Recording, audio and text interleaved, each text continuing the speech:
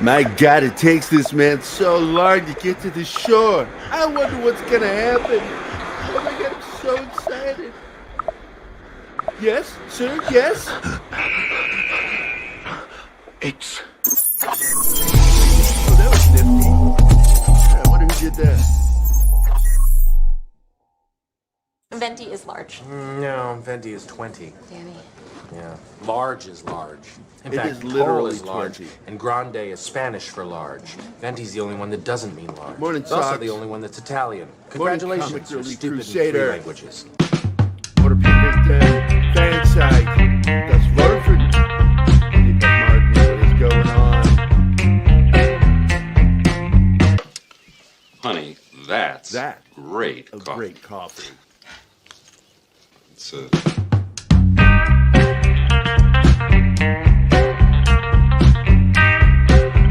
I have to go dark. Dark coffee. Smell good ground coffee. I like my comedy like I like my coffee. Very dark. Hey, here's your free cup of coffee from a lady in Rhode Island. What? Morning, guys. So it's Tuesday. Martin is here to watch over the chat for me. Thank you, Martin.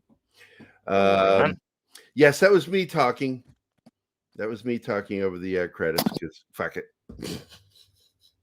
It's morning, man. I don't care.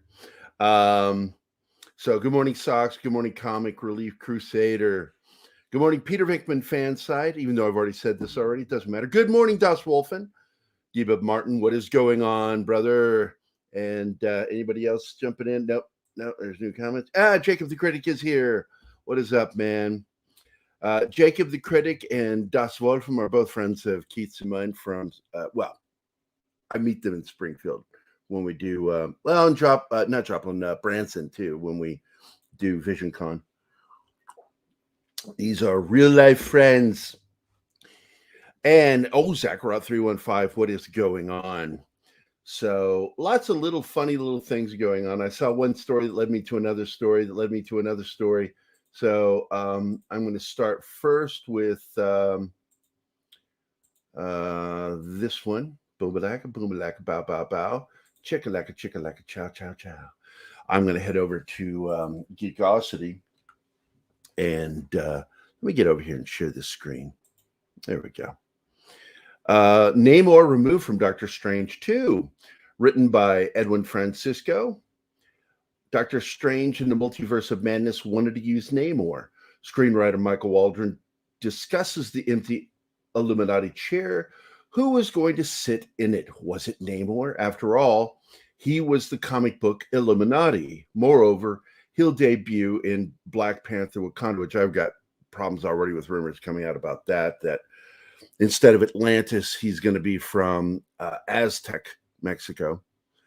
And I'm like, look, you have to keep Atlantis in it. So what you need to say is if he's from something that looks Azteca, then you need to make that a connection with Atlantis.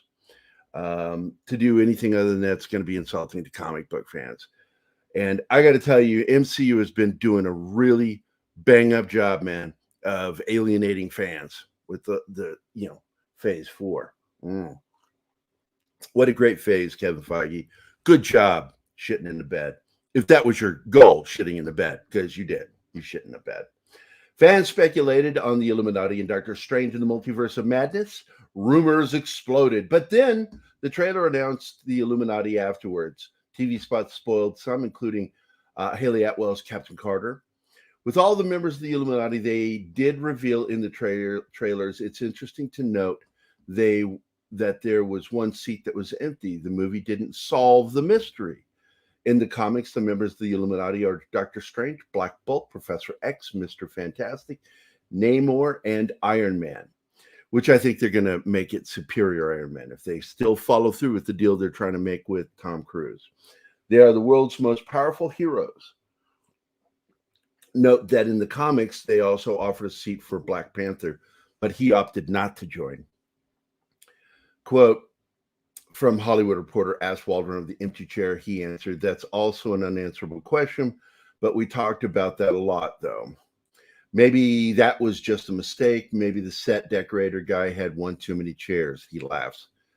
THR followed up with another question if they knew who it was for or if it was open-ended. He said, "A bit of both."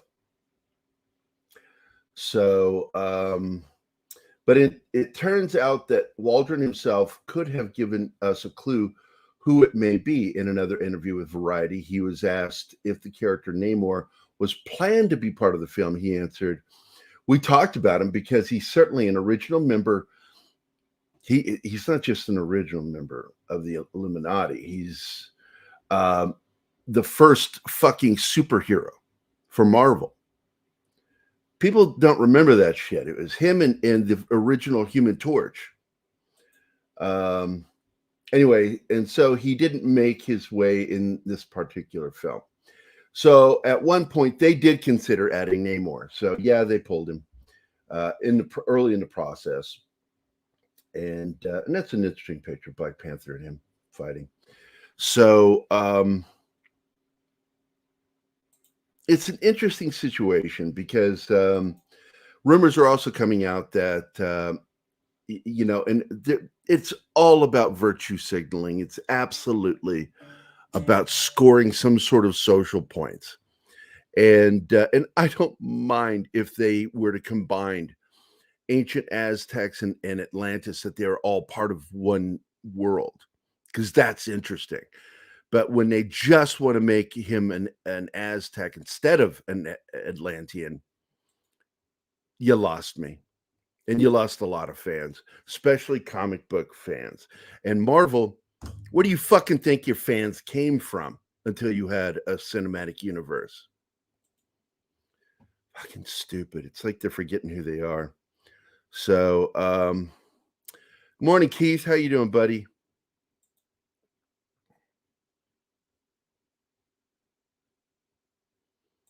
Yeah, if you want to come on and talk about it, you can come on and talk about it. I'll send you an invite. You're the one that knows that information. I'm not privy on all of that, so I love it when he brings up in the chat something that he should be doing himself. There you go. I'm sending you an invite if you want to jump in. Oop, wrong webpage. I'm on the wrong webpage. I have to go here. Fucking my day up, Keith.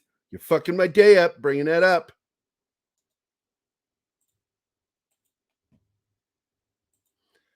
It's not where I was going.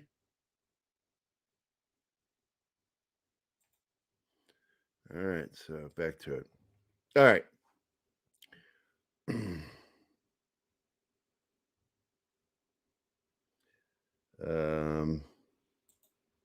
Yeah, that's when you had highlight. Okay. Probably wanting to stay away from Aquaman comparisons. That's just dumb. I mean, you're not dumb, but if that's why they're doing it, it's dumb. Oh my God. We can't have heroes on MCU being compared to DC heroes or vice versa. Doesn't matter. Namor came first. People saw Aquaman movie first. I don't think any of it matters. I think all you want is fucking entertainment, good entertainment. Nobody cares about what came first. The people that care about what came first are the worst kind of nerds. You know who you are.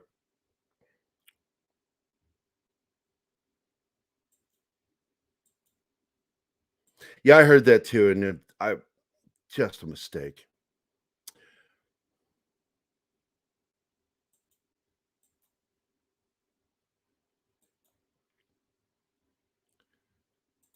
We all need coffee. So, yeah, I just think it's stupid, the whole thing, and it's going to cost them viewership if they make stupid moves. Unfucking believable. Unfucking believable. What, you thought we'd kill the koala? Hey! Anyway, that is from the movie Fort Fairland, if you don't know what the fuck I'm talking about. Disney poll may have spoiled Emily Blunt in the Fantastic Four. Well, you guys want to take a look at this? Let's take a look at this.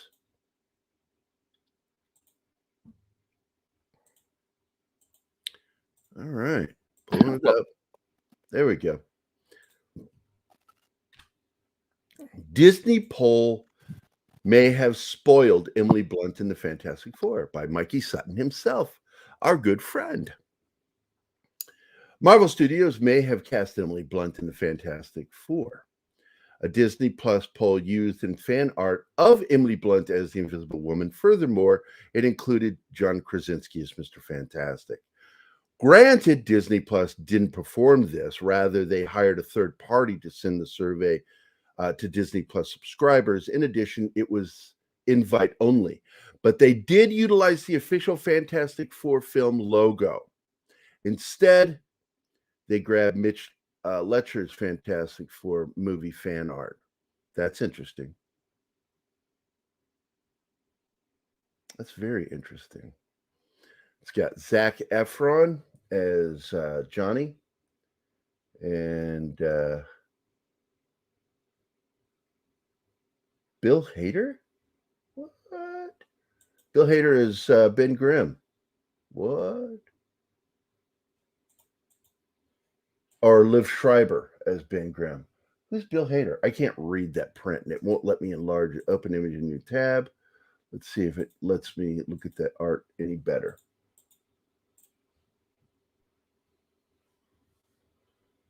Man, their printing is terrible on this.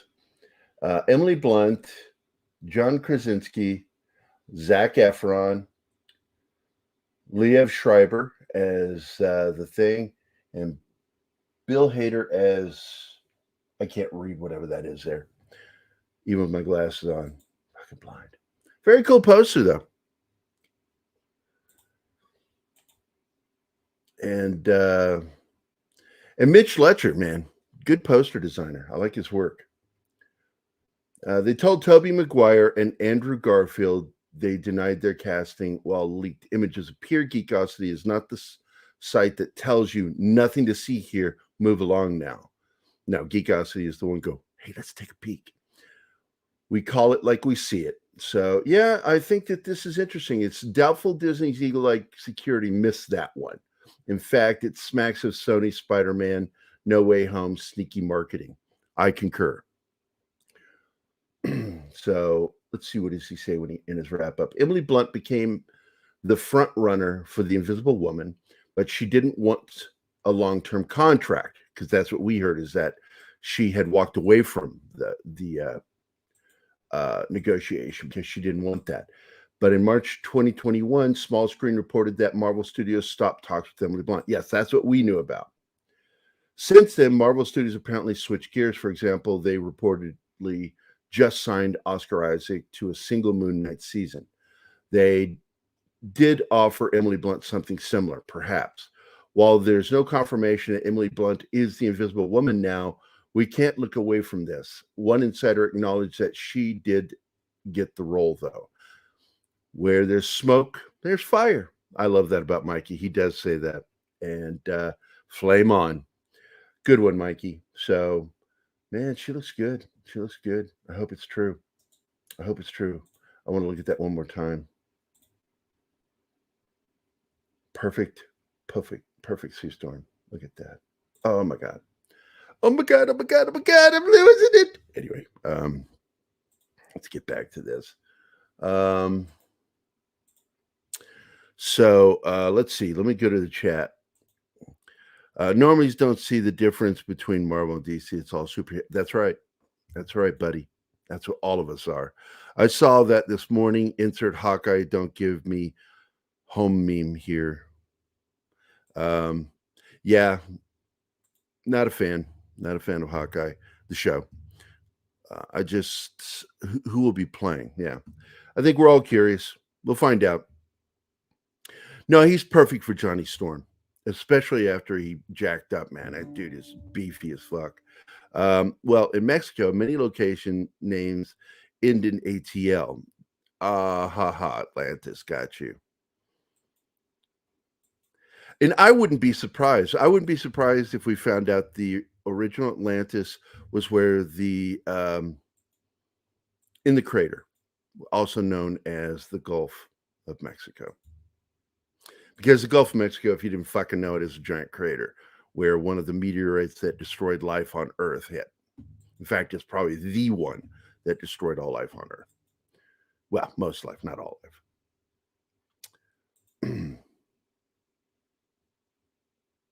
Yeah, I love Barry, but this latest season's been really whack. I don't know where they're fucking going with it, and it's really, really fucking dark. I mean, the show's dark to begin with, and then like, let's get darker. All right. So, but I watch it no matter what because, damn it, I love the acting. I love the show, and I think we're coming up on the finale here for the new season. Things are not looking good for Barry. Maybe they'll use the theory in the movie to justify an Aztec Namor. I don't know. I really don't know. They need to be smart about this. Feige can't afford any more fuck ups. Phase 4 was an absolute dismal failure. Best thing they had came from Sony. Let's see. Yeah, I'm not going to watch that film. They strayed too far for me. I don't like some of the things they did. The casting, I think, is great. I have no issue with the casting because George C. Scott's character in the original film, if you read the book, was American Indian. And so that was an odd choice. That's why he wore a lot of Native American stuff. But to cast a Native American as a Native American just only makes sense. So I like the casting. I don't like the little girl. I think that when I read the synopsis and breakdown of this movie, they destroy the little girl's character and they make her kind of a villain. She kills people on purpose. The thing about her was she was always protecting in the first film, or trying to protect herself or someone she loved, and things would go awry. Now it's more directed, and that I dislike. Yeah, he is. When I saw, and I do like the lifeguard movie they did, The Rock, him and The Rock. I fucking enjoyed that movie. I don't care. That was fun. I enjoyed myself. At least the meteor gave us the Yucatan Peninsula. That is correct. And I have been multiple times, once with one of my girlfriends, and then 3 times on my own to Chichen Itza. I love going into the Yucatan. It's so beautiful there. Have you seen the trailer for Gray Man? Yeah, I watched it this morning. Yeah, I don't know. I actually like the Mission Impossible trailer better. I was not impressed with this new trailer. And Ryan Gosling's delivery of a comical line really fell flat. That was really, I don't know. I didn't like the trailer. And I do like the Russo brothers, so I'm looking forward to seeing it, but the trailer wasn't that good. So that's my answer to that. The new Firestar was not good. Martin Sheen got replaced by a woman. I don't even, what was Martin Sheen in that? He was a government person, right? A government stooge in the original film. Because the only character the 3 characters I care about are the guy that is working the little girl, trying to become friends with her in order to use her. George C. Scott played him in the original. That character, I give a shit about the dad, and I give a shit about the girl. The mother, she doesn't really play a big part in the original film. In the book, there's a lot more about her. And also, I did like when I read that they show that the parents got powers too, and they get used in this film. I like that, but I got to be honest, they lost me with the girl, what she does in the film, and I'm like, nope, that's it. That's it. I'm done. I don't want to watch it. I'll never watch the new Firestarter. Okay, finally get your coffee. I got mine too. It's half gone already. Oh, man. I got a cool meeting this morning with Tom Conkle. We're going to be talking about production stuff. I'm going to be working on one of his projects, and I wanted to talk to him about one of mine that I'm also going to try to involve script doctor in, have him fix something, because that's what he does. He's a script doctor. Let's go ahead and take a look at this. Let's get over here. We got this little article. Sam Neill, moviegoers no longer accept Spielberg's slow burn Jurassic Park action pacing. Sam Neill is returning to the Jurassic Park franchise as paleontologist Alan Grant in the upcoming Jurassic World Dominion. But there's a huge difference between the new installment and Spielberg's 1993 original. Neill recently told Sunday Times that Dominion is nearly wall-to-wall action. Well, they got to. I have never seen action like this, Neill said, noting Spielberg's slow burn approach is its own dying species in Hollywood. And I think that he's saying that, but I don't think that he likes it, because who would? Because there's less acting in action than there is in the slow burn. That's where you get your character development. So I don't agree. I think that the slow burn can be still put in there for scenes and, do your rotation of drama, comedy, action, drama, comedy, action.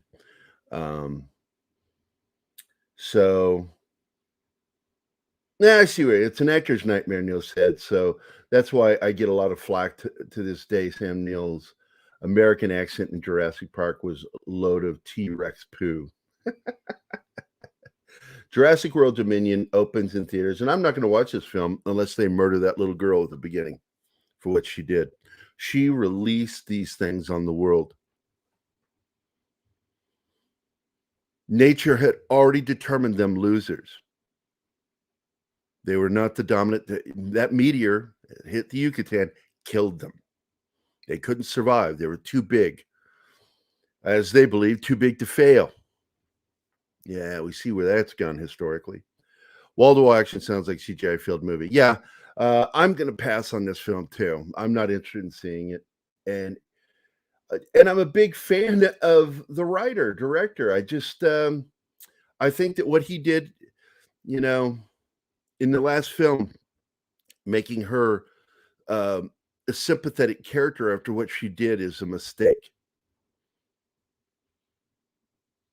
And I mean, if they show that she learns what she did and how wrong it is, I might, but I got a feeling they're not going to do that. Colin Trevorrow can do some serious writing, but sometimes he can really screw the pooch. And he did with the last film, the ending. And with that ending, how the fuck do you go from there? Where do you go? Because you have a child who is responsible. You say, well, kids can't be responsible. She chose, against what she was told, to do what she did. It's just like when a child, those kids in England that murdered that little 3-year-old, 2 little boys did it. They're in prison for the rest of their lives for that. Sometimes kids can do evil. I knew some evil little shits when I was a kid.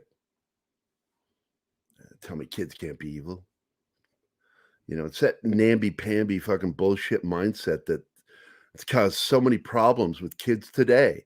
You placate them, you hug them all the time and tell them they're winners. And the fact is, you're not preparing them for the hardcore reality of life. Not to mention, you lead to kids having an overly inflated idea of who they are in the universe. And we're all nothing but dust, man. So, yeah, I'm not excited about that. What do we got here? Hey, Mr. Ticker Truck is here. It sells Wolverine. Wolverine 626. Is that the reality you're from? The Indian in fire. I was about to read that. Sorry, man. That's okay. Where'd it go? You gonna put it back? There we go. Yep. The Indian Firestarter has powers and isn't the bad guy. No, he's actually trying to bring down the organization in the book.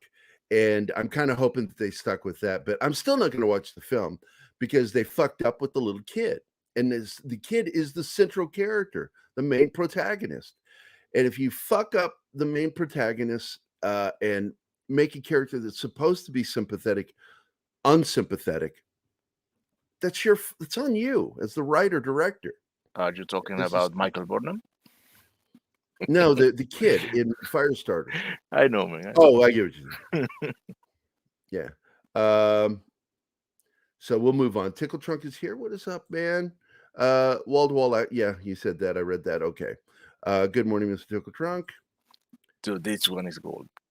I got a kid at Walmart to agree the little girl was an abomination. Fucking kids, man. From the mouths of babes, an abomination. His mom laughed when I called her a traitor to humankind. Good one, monkey.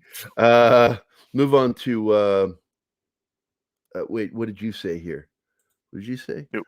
I don't care if she was a clone. I cannot look, yeah, it's like, look, a clone is nothing more than a twin. That's really all it is.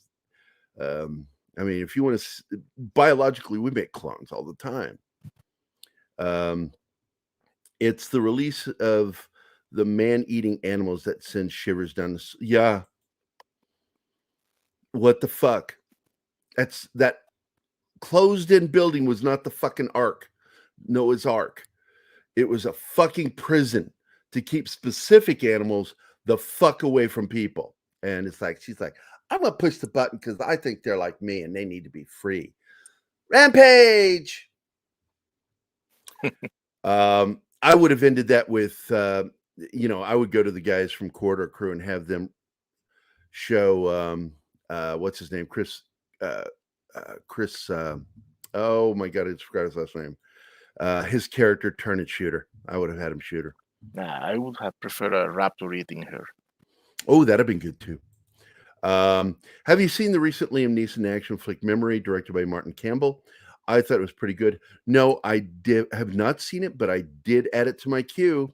I saw it was available, and I went click, add to watch list. So there we go. I will be watching it sometime this week. I guarantee it. So come back and ask me again in about 3 days, Wolverine, like on Friday. Ask me about it Friday morning. I'll have watched it by then, I'm sure. Kids can be the worst kind of evil. Look, man, some horror films over the years have had children as the villains for a fucking reason. Because kids can be fucking scary as fuck. You got to remember, many of the serial killers known to this day were fucking weird kids and dangerous.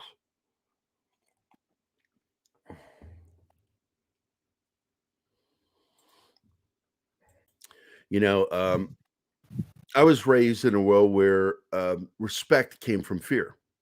I feared my parents, feared my brothers, and kind of my sisters too, because they'd knock the shit out of me if I back talked them or started some shit with them. And then eventually you learn that there's a price to be paid when you fucking say stupid shit. Kids don't know that today, so they say stupid shit all the fucking time because the government, which wants to be a nanny government, dictates how we get to raise our kids. Now, I'm not saying abuse your kids because I'm funny about physical contact because I've actually hurt people, grown people. I've actually, in situations where it was needed, I hurt them. And because of that, I'm a big guy. And so I suffer from big man syndrome, which means that I treat everybody with fragility, like they're fragile. And kids in particular, I'm very gentle with children. And I don't like spanking. I never liked it. The only things I would do is make a loud swat sound on the back of my daughter's diaper when she did something. I grab her by the belly because I learned very quickly, that years ago when I was in the medical field that spanking can cause, if you do it to a standing child, you can cause spine damage. So you have to give them physical support. And I would always put my arm in front of her and give her a loud swat. Did no physical harm. She didn't, barely felt it. It was on padding. The point was the noise and the action and the reminder. Pavlov's dog. And after a while, well, literally after one time, she didn't go for those outlets anymore. And that was my biggest concern. Even though it was protected, my house was child protected very much. And the irony is that Zoe in particular, of all my kids, Sean, on the other hand, my middle child, he was constantly just trying to get into shit. Zoe was the opposite. Like Benjamin, my oldest boy, didn't give two shits about anything but what they were looking at. Whatever I handed them, whatever they picked up, that was their attention. And they really paid more attention to their stuff. They didn't give a crap about my stuff. So I didn't have to childproof with either of those two, even though I did. But anyway, kids are capable of evil, and it's a fact. Good morning, War Monkey. How are you doing, brother? Awesome One is here. Hey, in bed with no coffee? That's a mistake. You should always keep a coffee maker right next to you. I have a coffee maker here. So, Sox Bulletins, anyone here watch the new George Carlin documentary? No, I don't really give two shits on HBO's documentaries. They tend to be very skewed, and I don't consider them documentaries. A documentary should be straightforward. You decide, not the documentarian or the production company. Could be worse with Netflix. When you watch things from Netflix, HBO, even Amazon, these are companies that are constantly only wanting to support things that support its own ideological outlook. And so I just don't trust them. I like independent documentaries. So, and I love George Carlin, but I have not watched it yet. If there's nothing going on, that's when I'll pop it in.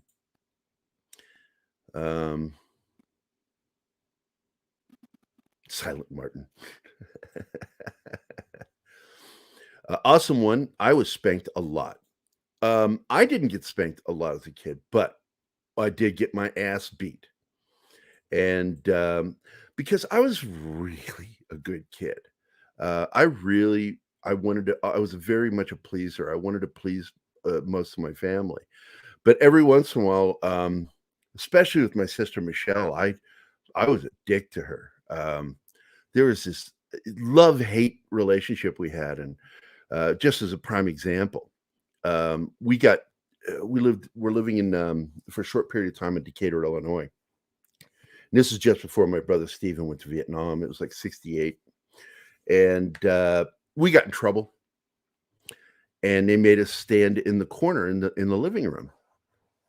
And I think it was my sister Susan or my sister Luann that did it. And so we stood in the corners, and I resented it. It was because we had gotten into a fight and did something, and I can't remember what the hell that was. But I do remember the corner incident. And when we were finally released from the corner, I acted like I was going to follow, and then I turned right around. I made a choice. I made a decision, and I pushed an ottoman over into the corner that Michelle was in because she was taller than me. And I stood up and I picked a booger out of my nose and I put it right where she would have been at height, where she would have reached. And then I put the ottoman back and ran out of the room. And she got in trouble later for picking her nose in her corner and putting a booger in the corner. Yeah, I did that. I also one time hit her when we were brushing our teeth together. And once again, this round, I was age 3-4 years old. And I remember she went to grab the glass for rinsing her mouth, and I wanted it. So she grabbed it, put water. When she went to put it up to her face, I hit the glass out of anger, and it hit her face, and it shattered and cut her mouth open. And let me tell you, I got my ass beat that day. Yeah, I earned that one. And my grandmother, my maternal grandmother, she was a bitch. She was not very nice. She hated us kids. And she would keep us out of the house. We weren't allowed in the house until she got home from work. So we would have to be out in the yard, but she forgot that there was a Chihuahua dog door to the kitchen, so the dog can go in and out of the backyard. And my brothers figured out that I was small enough to fit through it, and I would go through it, unlock the door, and we would all go in, eat food that she didn't want us to touch, and then we would they would all go out. I would lock the door and then go back through the dog door. And when she came home, she could never figure out how we were getting that food.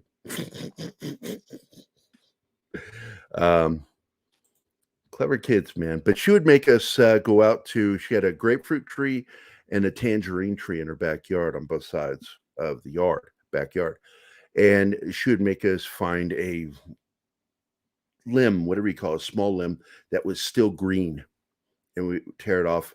And if it wasn't right, she'd make us go back and find another one. And then she would make it into a switch and just whip us with it till our asses had red lines all over the place. She was a mean lady. My grandmother, my paternal grandmother, she never did that. She would just guilt us if we did something. I wouldn't have done that if I were you. That was not nice. And I got to be honest with you, she had a bigger influence and impact on me on being a good person than any of the beatings did. So I learned from that. I know that my voice, when I really let it go, can be terrifying to a child. I watched my sons and my daughter when I would bark at them. I go, hey, and I mean, from the diaphragm, it's fucking horrifying. Just comes out like a fucking bear just roared. And their whole bodies tighten up, all the muscles in their back space when I do it. And man, oh man, it kept my kids from doing shit. So I didn't feel the need to do those other things, except for when they were very little. I swatted Zoe. I went to swat Sean once. It was a funny story. I was at Jim Woodward's, one of the producers of our show. I was at his house, and my baby boy was getting ready to touch an outlet at his house. We were down there in Arizona at Fort Huachuca in Phoenix, because he was Army counterintelligence, my buddy. And he had a giant Great Dane named Bogart. God rest his soul. He died. Big fucking Great Dane. And he and my son bonded in a way that I learned right then and here. When it happened, I jumped up and I went, hey. And when I did, Bogart got between us and growled at me to protect my son from me saving him from being electrocuted.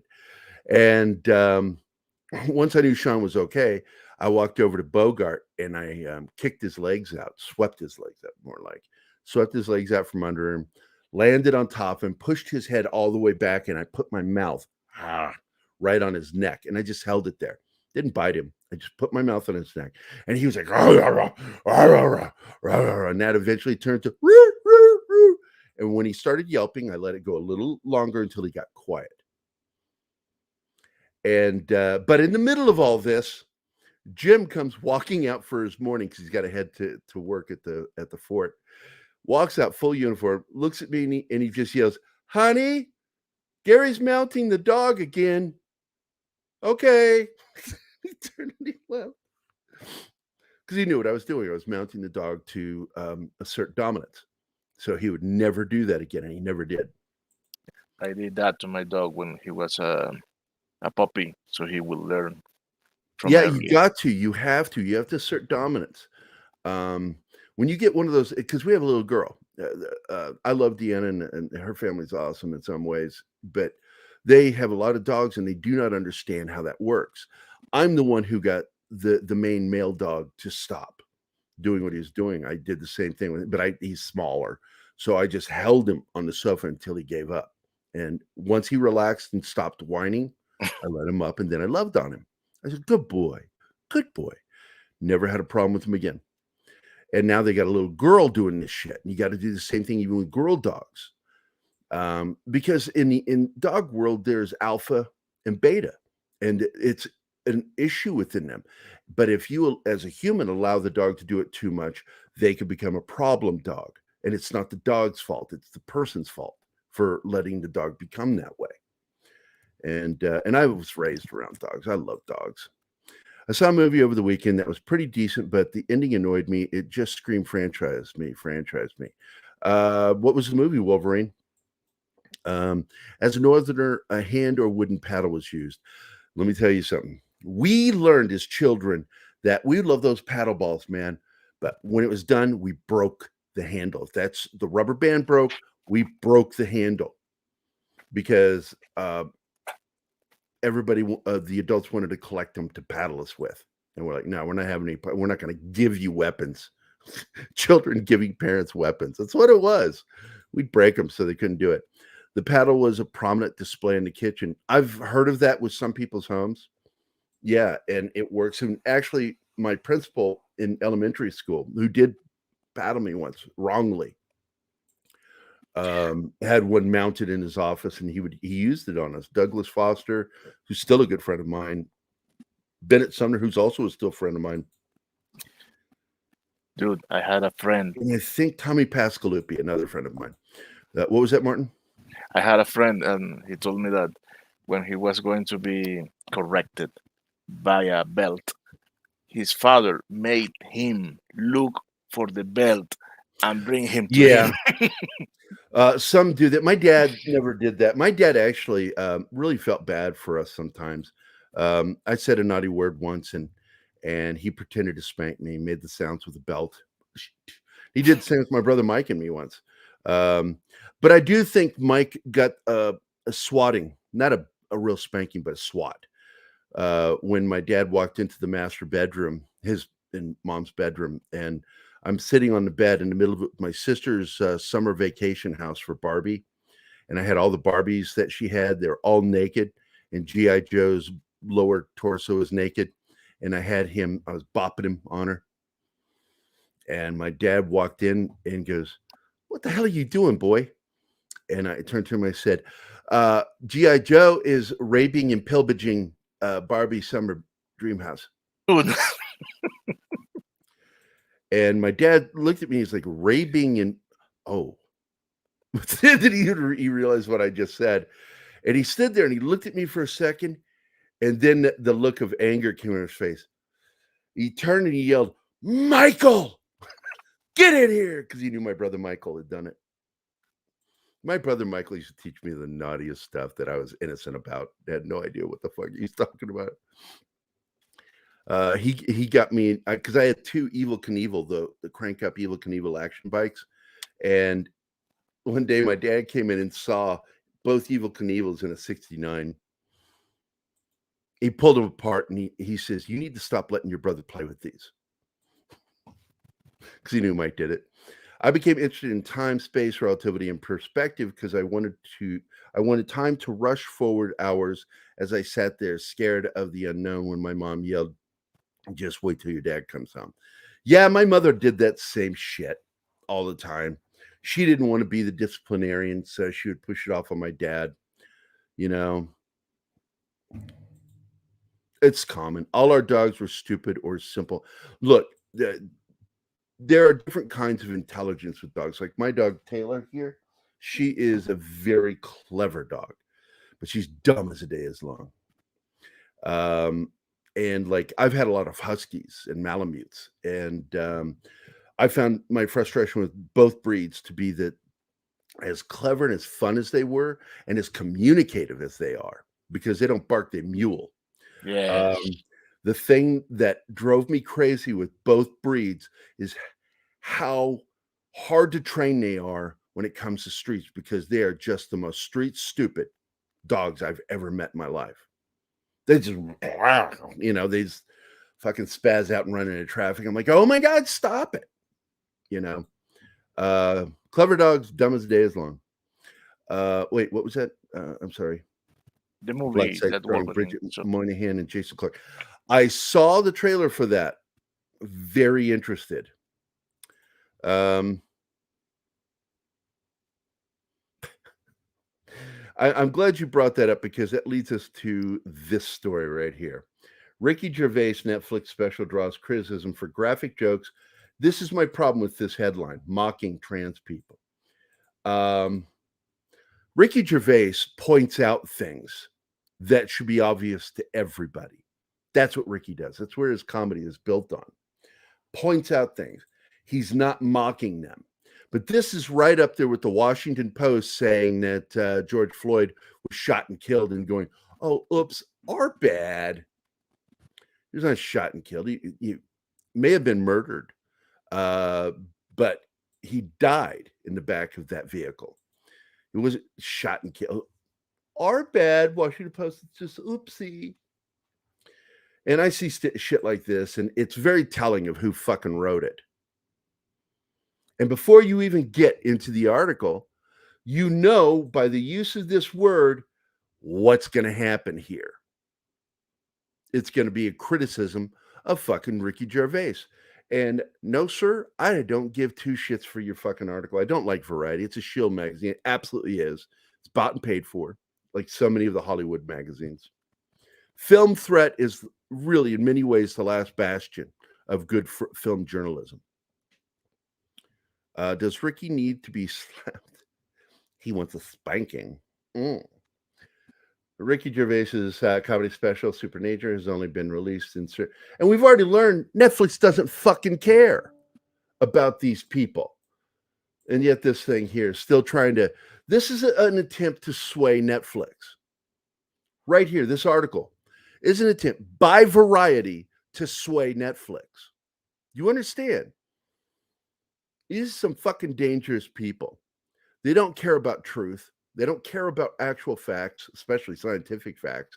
They only care about the agenda. And look, I'm a big supporter. Before we go any further, I'm a big supporter of the gay community. I think that gay people should, people of as long as you aren't committing a crime like sleeping with your sibling or first cousin, or a parent, Jesus, you should be able to fall in love with whoever the fuck you want to, as long as they're an adult, a consenting adult, 18 or older, 21 in some states. But either way it goes, I believe over 18, you should be consenting. You should be able to drink at 18. It's either make it all 18 or make it all 21. Stop this fucking varying thing. It's like, we need to make an agreement. I personally think that people shouldn't be allowed to go in the military until they're of legal drinking age. That's a rule I believe we need to stand by, and stop allowing young people to go into harm's way, not being able to legally drink. They can fucking kill and they can die, but they can't drink. Same thing for voting, too. Most teenagers are fucking idiots. I should know. I was one. Gentle parenting families found that their children are the least happy and have the least self-control. They are generally unruly. Yeah, there's no question. I was a very stern father. Zoe will tell you. She's going to be on the third. I will bring it up. Her upbringing, because I love talking about how I raised her. People go, "Oh, but you wrapped around her finger." I said, "Zoe, what was my favorite thing to say to you as a child?" Her answer is always, "No." Because I was a dick. Sometimes, like I've said, I've told you guys before, it's like she would go, "Dad, can I go to the..." I would go, "No," preemptive, no, because I knew that what she was wanting to do, and I just knew no. And she would just get really upset, and I go, "Oh, okay, honey, I did say it too quickly. Tell me what it is that you want to go do." And I'd let her finish. I go, "Is there everything?" She said, "Yeah." "No," because I'm a dick. I told her no anyway. It's always no. And I remember one time she said I was trying to use her for slave labor, trying to teach her how to fucking wash dishes. Because I told her one day, I still make the joke to this day. I said, my fear is you're going to kill somebody with the way you wash dishes.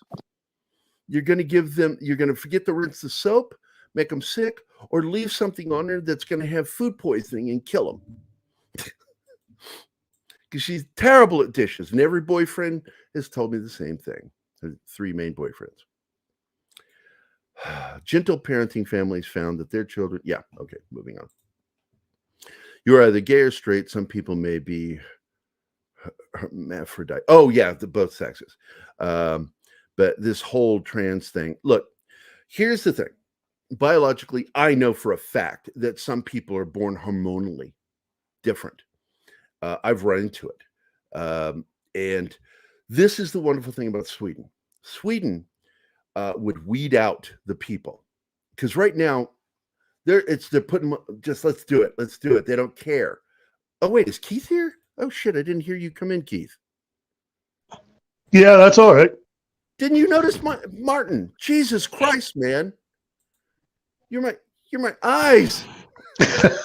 Martin's probably doing Hey, a lot in the Keith. chat. Hey, how's it going? Good to see you. I'm sorry. I just got out for a second, and kids get in. Whatever, dude. You're slacking. You're slacking, Martin. I was here long enough the start of what you had to say about disciplining your kid. Well, I know you and I are pretty simpatico because we raised our kids pretty much the same way. Be stern but loving. Yes. Have a firm but kind hand. And for me, unless it's something that was truly ridiculous or completely out of bounds, I'll explain to you why I'm saying no. This is exactly why I am saying no. Now, I don't believe got a beating. You know that one time. Mm-hmm.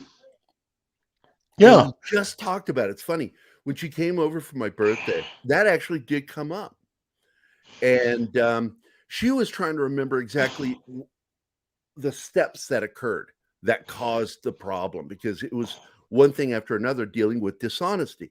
And it's so funny now she understands why I was so panicky, because her mother was psychologically, she's a mess. She is mentally ill. And I always feared that Zoe might end up with it. And so honesty was absolutely paramount in that household. I said, you can do a lot of things, but when you're dishonest, you're going to be in trouble with me. The best thing to do is always tell me the truth. You're still going to get punished, but a lot less than if you fucking lie to me. Yep. And I did that. And she knows now. She totally gets it, because she won't even talk to her mother because she's so fucked up. But anyway, the point I wanted to get back to, and then we can come back to beating kids, because I love talking about kids, is look, Sweden was the first country with Christina Jorgensen. She was the first trans human being. They put them through a barrage of psychological and physical tests to see and make sure that what they're doing is morally right. And this is a problem we have today. Morality has gone out the door with a lot of this. And look, man, there's some basic moral fucking things that you don't have to be religious to fucking adhere to. I'm not religious, but I adhere to these things. So anyway, nowadays most countries don't do the tests to make sure that they don't suffer from the most basic thing. What is it called? Sexual identity dysphoria, which is actually more common than you think. It happens all the time. And you'll hear things from that person sounds sort of like this. Sometimes I feel like a man, and sometimes I feel like a woman. That's sexual identity dysphoria. It's a psychological condition, not a physiological one. But I do support the idea that there is that small percentage of people who physically have a gender, but are chemically made up as the other. And that's what Sweden looked for. And that's why Christina Jorgensen became the first trans person, because she fit the criteria. And Sweden still practices this to this day. It is the only country, to my knowledge, that does this, that still approaches this from a scientific method and a moral method. So, but anyway, I'm a very big supporter. I think that, look, I don't believe that a church should ever be forced to do anything by a government. That's, very anti-constitutional. If a church doesn't want to marry a gay couple, male to male, female to female, that's their choice. They have that right. But I believe that civil ceremonies should be available to anybody who is legally allowed to get married. You know, if you fall in love with some dude and want to get married, because look, man, I'm not a big fan of marriage. Not a big fan. And I believe this to be an absolutely paramount truth that if somebody wants to be fucking miserable, God bless them, let them be miserable. And that's the every human being should have the right to be miserable. So, but back, Keith, you were saying something about your children. Let's get back into it. Oh no, that's all I had to say. I mean, my extent to that was not very. I didn't have to do too much, you know, and with the exception of maybe one incident, I've never really had to lay a hand on them. So that was it, you know. Oh, wow. Okay, here I see what they're going after. And once again, he's using science and biology. That's a fact. He says, oh, women, he starts. Not all women. I mean, the old-fashioned ones. The old-fashioned women. The ones with wombs. Those fucking dinosaurs. I love the new women. They're great, aren't they? The new ones we've been seeing lately. The ones with beards and cocks. It's fucking funny. Oh my god. What he's really attacking here is the enforcement of trying to force people to do something that they don't agree with. And look, man, if you want to be called a ma'am or lady, and I know you, you know, I'll do it. You know, if you're a friend of mine, I will do it out of courtesy. But if you've got a dick and balls or a vagina, you are biologically that. That's it. And if you have no intentions of changing that or having it changed, you are not truly trans. You are transvestite. You're a cross-dresser, which is fine. That's your fucking freedom. You know. But I am tired of people who say that they are a man who says he's a woman and then claims to be a lesbian. I'm like, you're claiming two things here, that you're a woman and a lesbian. So you're trying to join into these groups. And a majority of my gay friends, in fact, to my knowledge, all of my gay friends, don't like them being included in the alphabet group. They don't like it. They feel that it's inappropriate and not in alignment with who they are and what they've been fighting for decades. Well, Which, and that's the gay community has made leaps and bounds. They really have. That's the other thing. You know, I don't think a lot of people today are listening to a lot of the people that have been a part of the community far longer than many of them have been alive. You know, there is almost this generational thing to a point where, you know, it just seems like, well, we're not going to listen to anyone over a certain age. It seems like. Maybe it's just me freaking out, but I mean, hey, Steven. You know, that's what it seems like to me on way too many issues. And the thing is like, look, you have every right to listen to whoever or whomever you want. Understand, though, there are certain people like myself, like yourself and others who aren't doing it to control you. They're doing it to help you. You know, if you ask me, is something true or something not, I will give you the best of what I got and what I know to be true. You know, I'm not someone that's looking to do Can I say whatever. something real quick? Hold on. Yeah, go ahead. Mr. Tickle Trunk, absolutely. That first sentence nails it. The obsession over pronouns is 100% authoritarian. A fucking men. I say things the way I want to. I've said it to multiple people in my life. If you don't like the way I talk, write your congressman. Maybe they'll give a shit. I don't fucking care.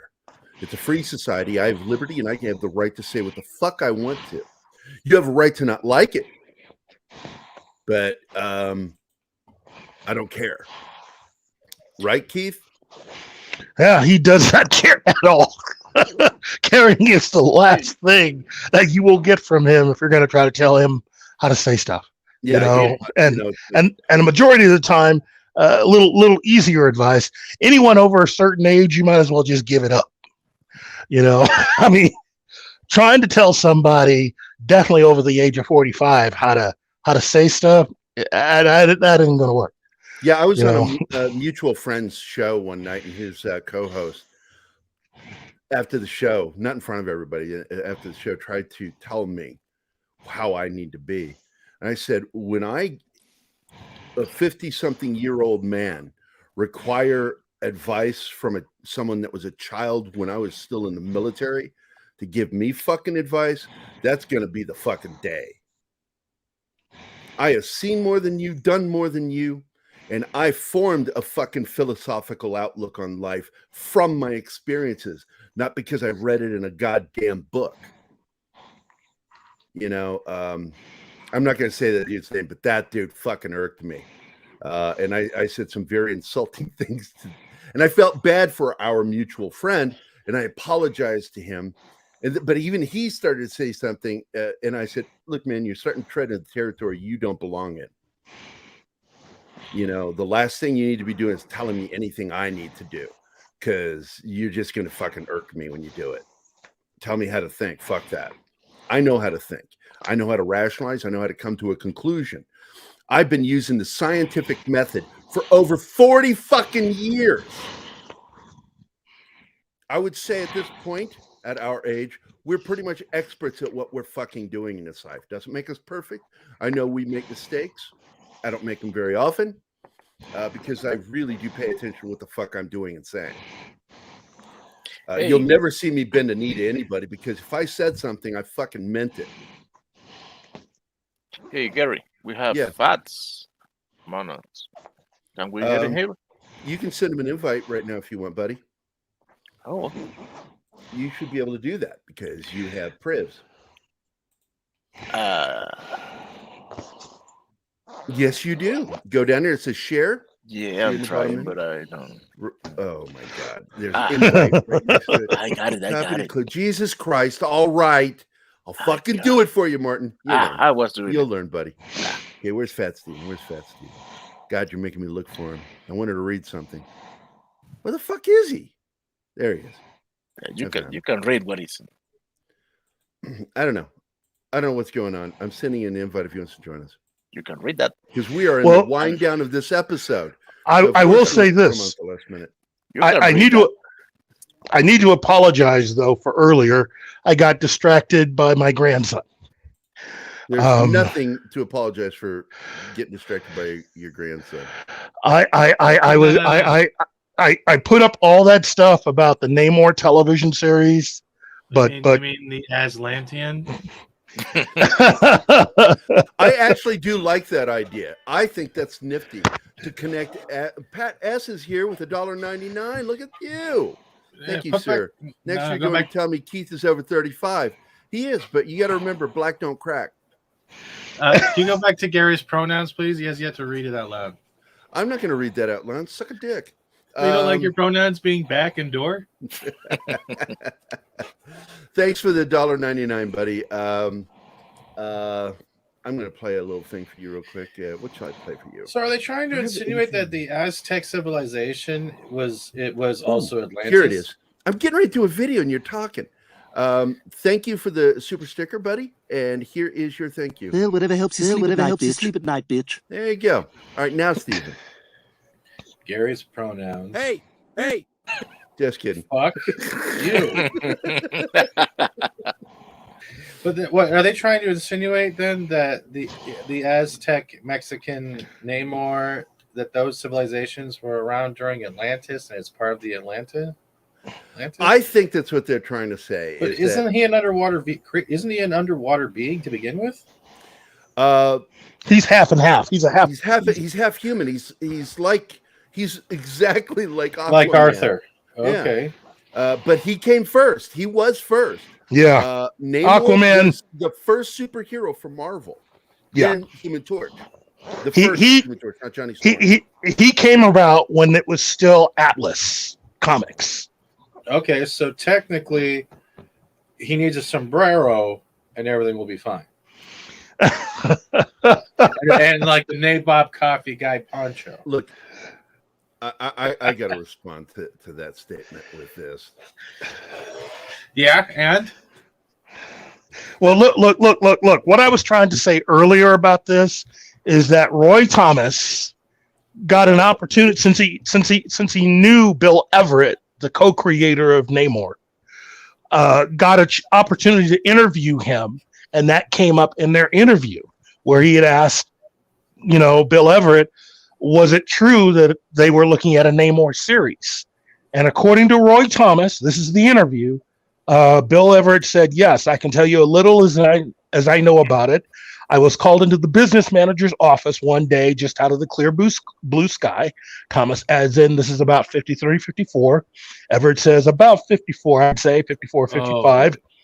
And I was introduced to a man by the name of Frank Severnstein, whose father was a producer, and he was following in his footsteps and a producer of some pretty good stuff. He was involved, I think, with the Goodson, Todman, and a few things. And he had an idea. Productions, yeah. He had an idea to produce a Submariner series.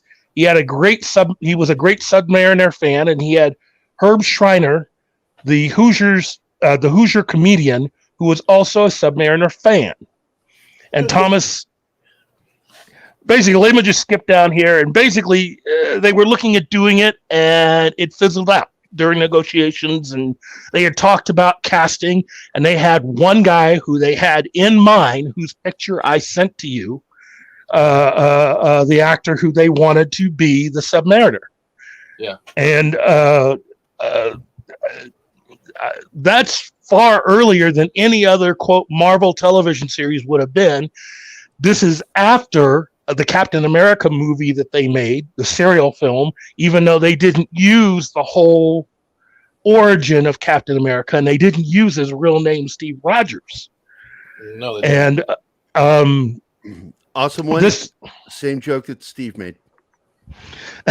So ultimately, it shows that there is a history of Marvel that especially with Namor, he was going to be their big guy.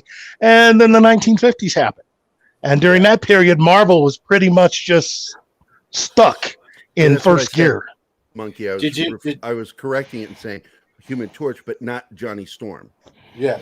So Johnny Storm was Stan Lee's attempt at taking the Human Torch and moving him forward into the 60s, but without the original character. Yes, Stephen. Sorry about that. Did you guys happen to see I put it in the private chat that the actress playing the whoa. Let me pull it up. I was waiting to do this. So here we go, buddy. Excuse him while he whips this out.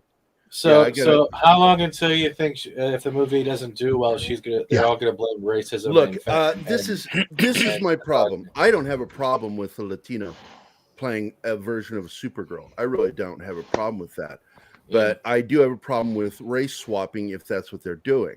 I don't like that. I think that every culture has a right to have entertainment about them and to be included in things. That's why, I support what Polly does, by supporting Latino culture. This I find to be insulting to Latino culture, even though I'm sure she's excited about it. But the fact is the Latino culture deserves something better than race swapping a character just for that. Well, it's scraps. It's table scraps. Can you go up for a second? Exactly. Table scraps. Good reference. It's go up for a second, please? Give you this character. A little bit more to the top. See, what bothers me right here is the opening paragraph right here. Now the actor has opened up exactly being a Latin girl of steel. Why didn't you just do Latino of steel? That would have sounded nicer. Look, man, I totally agree with you there. The problem is this isn't her fault. This isn't anybody Latin American's fault. The problem here is a virtue signaling studio and network. Oh yeah, that they do right? this to score points. They don't do this because it's the right thing. They do it to score points. This is not just Hamada.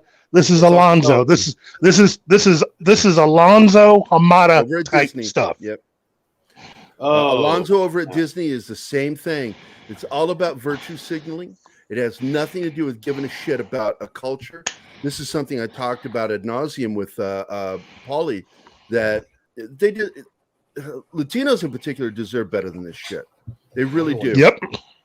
This is insulting to the Latino culture, almost as insulting as calling them Latinx. You know, there are Latino superheroes, but they refuse to use them. Again, it's like I've been saying. There are both women, people of color, even alphabet people, characters in comics who, for whatever reason, a lot of these people that seem to want to do this either forget or want nothing to do with them, and they choose the characters that are the quote-unquote more popular characters, mainly because of, first, it gets them more money, and second, it gets them a lot of play in the press when they piss people off. Those are the two reasons. Hold on. War Monkey, you're right. Latinas for females is. Agree with you, Keith, completely. In closing, because I'm out of coffee and I want to get something to drink, and I can't while we're doing this show. Again, Variety, which is a shill rag. It is absolutely bought and paid for by the studio system. Variety, Amber Heard lost $50 million due to Johnny Depp abuse hoax claims, expert says. Who's the expert? Read this. Stephen, read this out loud. Amber Heard lost $50 million. She didn't even give the money to charity. No, read it out loud. The whole thing. One stop. Amber Heard lost $50 million due to Johnny Depp abuse hoax claims, experts. But it's not a hoax because the trial's still going on. Do you not see the grammatic difficulty of this fucking sentence? Yeah, it's hurting my brain. Amber Heard lost $50 million due to, well, the dollar symbol is there, so you can actually say dollars. $50 million due to Johnny Depp abuse hoax claims, expert says. Yeah, they're not writing anymore. It's like Washington Post yesterday. You saw that, right? It's like this headline is really not very well written. Did you see Washington Post F up yesterday? And they tried to rewrite the history of George Floyd, saying we talked about it already. Yeah. It's like, oh, our bad. That's right. He died in the back of that vehicle. He was not shot and killed. WAPO's fucking ridiculous. I've never read them. I've always been a Washington Times guy. Amber, look, an entertainment. Boy, you are really loud, Keith. What's going on there? It sounds like you're wrestling. I'm sorry. I'm packing. I'm getting ready to hit the road. Oh, okay. Sounds like you're wrestling a child. Yeah. The baby won't fit in the bag again. If only. But he has to stay here with his mom and dad. They've grown attached to him. Now, I'm going to point this out again. When you see a headline like this, immediately this being put in quotation marks within a quote, where they use the single quote instead of the double, means that they're anti this statement. You know immediately what you're going to read down below from Variety regarding this story, where their opinion lies. Headlines tell you a lot about the publication. It also tells you if they don't write a good headline that you're not going to be getting a really good, well-written article either. Well, I know Taylor Lorenz is a prime example. Mm-hmm. I don't know what you said. It was in a mid-yawn. Sorry, Taylor Lorenz is a prime example. Oh, Taylor Lorenz, article, slamming Lives of TikTok guy to paywall. Yep. Johnny Depp. Oh, wait. I wanted to go back to the other one. Yeah, awesome one pointed out you were deep breathing, Keith. Johnny Depp defending himself lost Heard money. Is that what that says? Yeah, it's. I got to tell you, man. These people have their heads up their asses, and they do. Why would you want to read articles from people who have heads up their asses? I don't know, because if you want to read these kinds of articles, if this is the article you want to read to get your information from, and these people have their heads up their asses, then you have your head up your ass. That's what I'm saying. Maybe that insults some people. I don't fucking care. You know, it is what it is. I'm not meaning to insult you. I'm just telling you what it is. If you get your information from shitty articles, shittily written articles, and that's your goal is to get that information from that shittily written article, you too are a shittily educated person. Because that's where you're getting your education. Yeah. Shittily. Shittily. Their headlines are always that way. Listen to Variety speak from Animaniacs. Nah. But I just I want to point out that as much as I support Johnny Depp in this given situation, I think he's kind of a cunt They're both wrong. for some of the things that he's done. I don't know if he's a good or bad person. I know that he's a shitty American, and I don't like what he did. He betrayed the United States and became an expatriate and went to France because he didn't want to pay his taxes. Yet he believes in a socialist program, but doesn't want to pay the taxes that support it. So I think you're a hypocrite and an asshole. But at the same time, does that mean that you should be treated this way and not be able to get work and have someone make false allegations against you like that? No. So I support him in this regard, but I don't like him as a person. Great actor, though. I fucking love his films. But this is where you separate the actor from the role. Is shittily a country in Europe? Yeah, it's that other part of the boot. It's the heel of the boot where all this shit. Look at the shittily. We're the crap on the bottom. I like that one. That was really good. Hey guys, thanks a lot for being here today. I appreciate it. It was a lot of fun. And thanks for stopping in, Keith. You're welcome. Thanks for stopping in, Stephen. Thank you, Martin, for being here. Oh, Keith is gone. No, I see him. No, he left. No, I see. No, that is judging Keith. It's a different person. Same look, but he only has one look. I thought it was holding in a fart, Keith. It is judgmentalism. Yeah, Oswald says, I like Gerry. Can't stand Gerry. I want to thank you guys for being here today. I want to thank, of course, Awesome One, Dust Wolf, and Mr. Tickletron. Peter Vinkman fan site. Monkey Jeebus. Let's see who else dropped in today. I'm on it. It's not a big crowd talking. War Monkey was here. I can love War Monkey. It cracks me up. Private chat. Oh, did you do it in private chat? Oh, thank you. Monica's here. So Anthony Gonzalez Clark. His name is Anthony Gonzalez Clark. Hyphenated. All right. Awesome One. Das Wolfen. D-Bub Martin, of course. Deleted Scenes was here. Steven, our good friend. Jacob the Critic was here. Monkey Jeebus. Monica S. Mr. Tickletronk. Pat S. was here. And he also did the super chat. Socks Bulletins. The Comic Relief Crusader. That's right. He was here. Peter Vinkman fan site. You guys are my favorite people. You really are. I love that you guys are very ritualistic with me and stick around and actually engage with me. I like it. I love this. I love doing this. I didn't think I would. I fucking love doing this. Doing this morning show was a test to see if I could do it. And I'm absolutely fucking enjoying doing this. War Monkey, of course, was here. Wolverine 626. And of course, our good friend Zakarot 315. It's true. It's true. I won't argue with you, Mr. Tickletron. Waiting to be canceled after today's comments. We'll see. Look, man. They tried canceling me once on Twitter, and it just blew up in their face. Because when you run into somebody like me that does not fucking care what other people think, it's really hard to cancel it. And I just keep going. The only way to stop me is to take it away from me, and then I'll create a new one. I have multiple emails through companies that I've worked on in the past that I can still use. I can create YouTube channels ad nauseum. I am here because I don't have anything else to do. Well, of course. For some reason, naming an airline and flights to Wakanda are censored by YouTube. Wokienda. Because there's that E in there, it becomes pronounced when it's followed by another vowel. That's why. So it's Wokienda. Canceling works when people give a shit. That's right.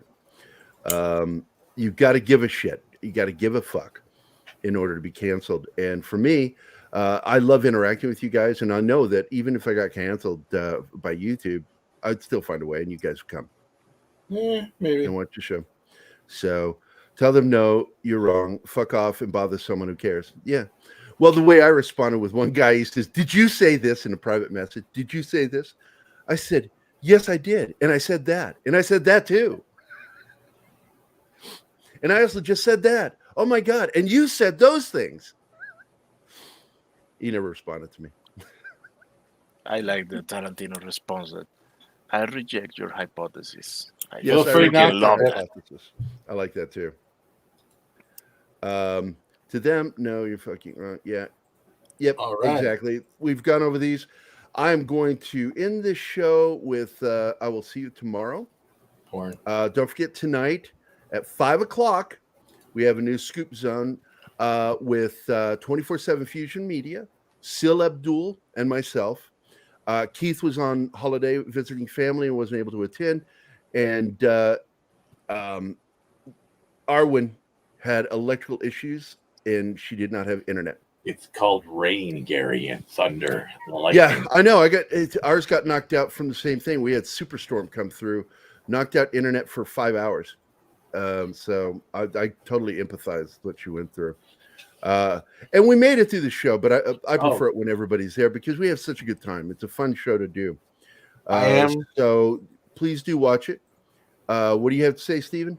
I am, for those that are wondering, yes, I did delete the Steven Seagal Discord. It is being remade. I finally got the YouTube bot to work, so every time I upload a video, it automatically posts it in the Discord. So I'm working on Which stuff. reminds me, I want to sit down with you because I don't trust anybody else when it comes to Discord to help me create a Discord for Pop Culture Minefield.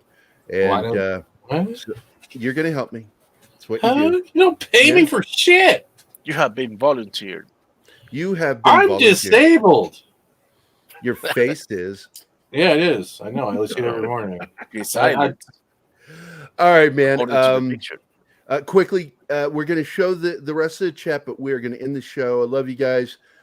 See you all tomorrow. Well, this evening. I'll be in the chat tonight. So see you tonight with Scoop Zone. And again, tomorrow morning with more Coffee with Gerry. And then later in the evening, we're going to be on Steven's channel doing tomorrow. our shit talk. So keep an eye out for that. I will be sharing the link tomorrow. As soon as he makes the thumbnail. And so just remember, same bat time, same bat channel. Hey guys, thanks for watching. Pop Culture Minefield. If you've enjoyed the show, please make sure to subscribe, and don't forget to click the bell icon on our shows and channel. Is it me or does Also, he sound like please leave a comment. We'd like to know the episode, as well as letting us know something you'd like us to cover in a future episode. Don't forget that you can become a member of Pop Culture Minefield now. Make sure to visit our membership page Steven, and merch talk about Gilded after our show. Only if you kill the echo. Pop Culture Minefield on Twitter, Facebook, Instagram, and Twitch.